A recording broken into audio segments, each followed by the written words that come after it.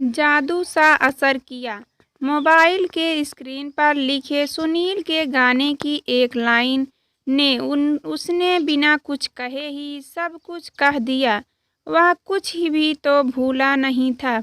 हमारी 15 दिनों की मुलाकात में वह गाना ही तो था जो गुनगुनाते हुए वह अपने सारे जज्बात व्यक्त कर देता था।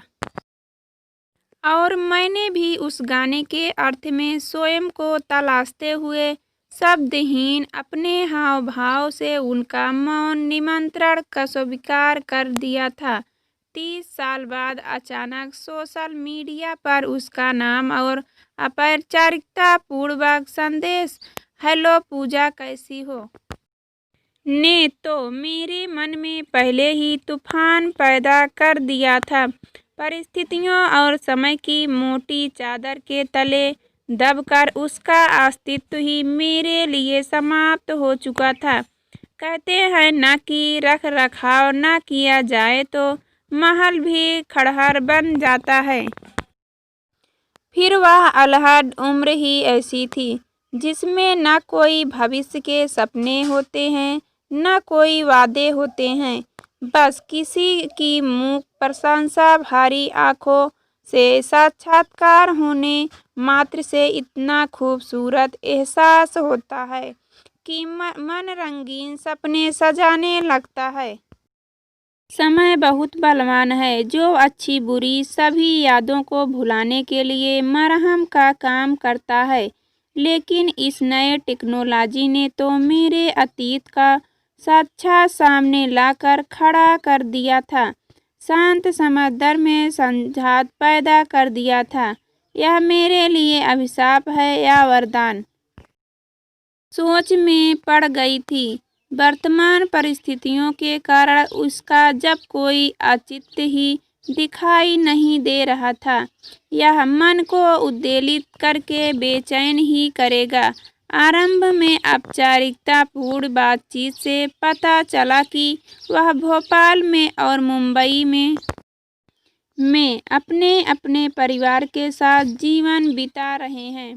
फिर अचानक एक दिन मोबाइल के स्क्रीन पर उसके गाने की लाइन पढ़कर मेरे मन की स्थिति बिल्कुल वैसे ही हो रही गई थी जैसी उसकी आंखों में पहली बार मूक प्रेम निवेदन देखकर हुई थी।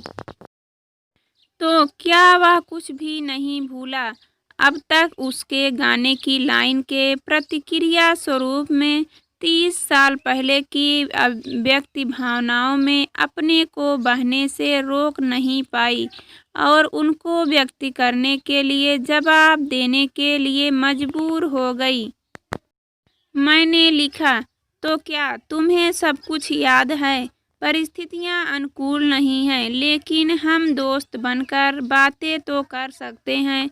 हम दोनों ही अपनी अपनी जिम्मेदारियों से मुक्त हैं। इसलिए हमारे रिश्ते के इस नए मोड़ से हमारे अपने परिवारों के प्रति हमारे कर्तव्यों का हनन तो होगा नहीं, बल्कि उम्र के इस पड़ाव में जो खालीपन आ गया है वह भर जाएगा। वैसे भी तुम्हारी भरपाई कमी हो नहीं पाई, वह दिल का कोना सूना ही है। मैसेज भेजते ही मुझे अजीब सी ग्लिन होने लगी। यह मैंने क्या डर कर डाला? उसने तो सिर्फ एक गाने की लाइन लिखी थी।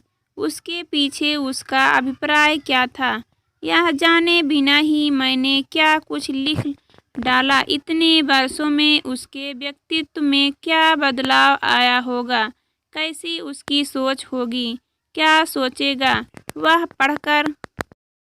एक शादीशुदा महिला भी शादी के बाद परपुरुष से संबंध रखना चाहती है।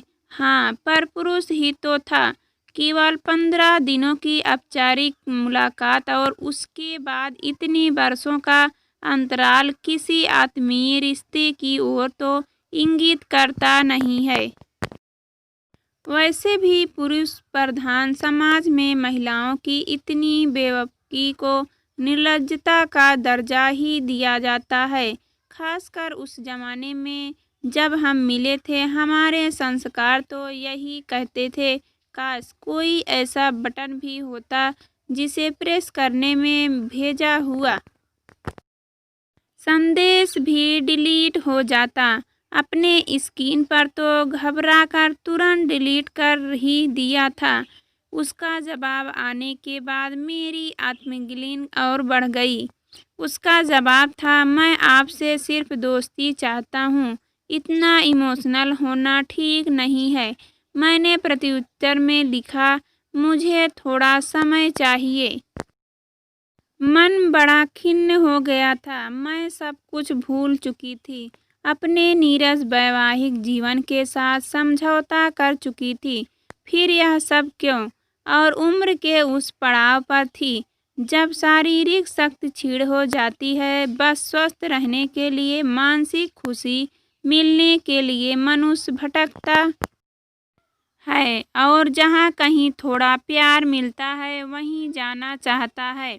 अर्थात अल्हड़ उम्र की इस उम्र में जिम्मेदारी मुक्त मानसिक स्थिति और आवश्यकताओं में विशेष अंतर नहीं होता। मेरा मानना था कि प्यार कभी दोस्ती में परिवर्तित नहीं हो सकता। दोस्ती और प्यार के बीच सीमा रेखा खींचना असंभव है। मैंने मन ही मन तय कर लिया कि अपनी भावनाओं पर पूरी तरह कंट्रोल रखूंगी और उसके सामने उजागर नहीं होने दूंगी। लेकिन औपचारिक चैटिंग करते हुए मन होता कि थोड़ा तो वह रोमांटिक बात लिखे। उसके हर वाक्य में अपने मनोकूल अर्थ ढूंढती रहती और कभी कभी असफल होने पर अतिरिक्त मन उदास हो जाता और असुरक्षा की भावना से घिर जाती कि पहले की तरह यह रिश्ता अस्थायी तो नहीं है, और यदि निभेगा ही तो प्रतिकूल परिस्थितियों के कारण कैसे निभेगा। मैं चैटिंग से ही संतुष्ट रहना चाहती थी, लेकिन मेरी आवाज़ सुनने के उसके प्रस्ताव के सम्मोहन से खुद को वंचित नहीं रख सकी। फ़ोन करते ही मेरा पहला वाक्य था, क्या अब तक याद हूँ मैं तुम्हें? याद उसे किया जाता है जिसे भुला दिया गया हो। मैं तो तुम्हें कभी भूला ही नहीं। तुम्हारी यादों के साथ जीना सीख लिया था। लगा ही नहीं तुम कभी मुझसे दूर हो। इस तरह हमारी मूक यादों को उसने और मैंने शब्दों का जामा पहनाया। समय ने हमारी भावनाओं को रत्ती भर भी नहीं बदला था, लेकिन परिस्थितियों ने हमारी जुबान को सीमित शब्दों का चयन करने की ही अनुमति दी थी। इसलिए शब्दों को संभाल कर बोल रही थी, जिससे दोस्ती की परिधि में भी रहूं कितना मुश्किल था। तब जब उम्र ही ऐसी थी कि अपनी भावनाओं को व्यक्त करने के लिए शब्दों का ज्ञान अधूरा था, और अब अपार ज्ञान होते हुए भी अभिव्यक्ति की आज़ादी नहीं है। बात समाप्त करने के बाद भी एक अधूरी प्यास से मन व्याकुल रहता था, लेकिन मैं उसे खोना नहीं चाहती थी और मन ही मन भगवान और पुण्य की जिम्मेदारी छोड़ दी थी। उससे मिलने में मेरा तो कोई प्रयास था नहीं, यह सब तो ईश्वर की ही योजना थी। कहते हैं जीवन में किसी के मिलने के पीछे भी कोई उद्देश्य होता है। शायद मेरे प्यार के लिए भटकते बैरागी निश्चल मन को सहारा देने के लिए ही भगवान ने उसे मुझसे मिलवाया था। इतना तो मैं विगत 15 दिनों की मुलाकात में जान गई थी कि वह हमारे मूक प्रेम के लिए बहुत गंभीर है, लेकिन हमारा सामाजिक रिश्ता ऐसा ही है जिसके कारण इसका कोई भविष्य नहीं था। उससे बात करके यह भी पता चल गया कि मेरे लिखे एक पत्र के उनके बड़े भाई के हस्तगत होते ही हमारे पत्र व्यवहार पर पूर्ण विराम लगा दिया गया था। और मैं भी उसके पत्र के न आने के कारण को जान बिना ही अपनी शादी के पहले उन पात्रों को भूमिगत कर आई और हमेशा के लिए इस रिश्ते को धराशायी कर दिया था। लेकिन बादलों में जिस प्रकार बिजली चमककर अपने अस्तित्व की याद दिलाती है, उसी प्रकार वह भी अपनी भूमिल से उपस्थित मेरे मानस पटल पर कभी कभी दिखा देता था। फिर बादल छेड़ने के साथ वह एकसार हो जाता था। हर दूसरे दिन बातें होने लगी। उसके लिए समय निश्चित किया गया।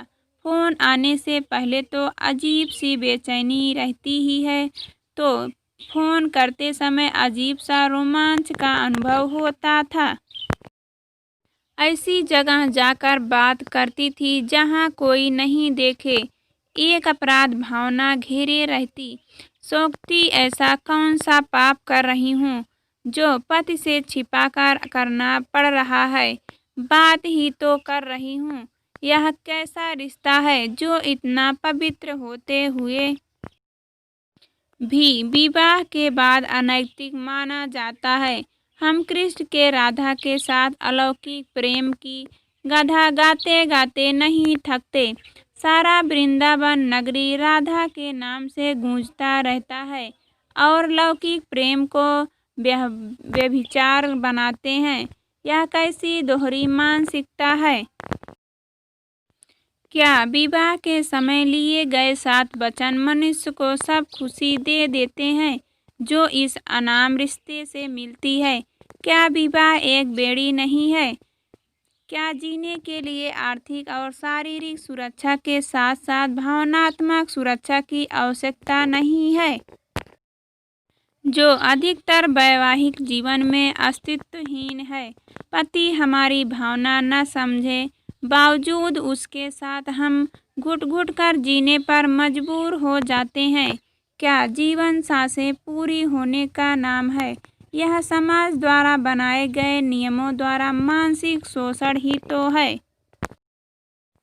यह आक्रोश सिलसिला मूवी में अमिताभ बच्चन द्वारा बोले गए शब्दों में साफ उजागर होता है। दिल कहता है दुनिया की हर एक रस्म उठा दें, दीवारों जो हम दोनों में है आज गिरा दें, क्यों दिल में सुहागते रहें। दुनिया को बता दें हाँ हमको मोहब्बत है। यह कैसा रिश्ता है जो जीवन दायनी होकर भी असामाजिक कहलाता है।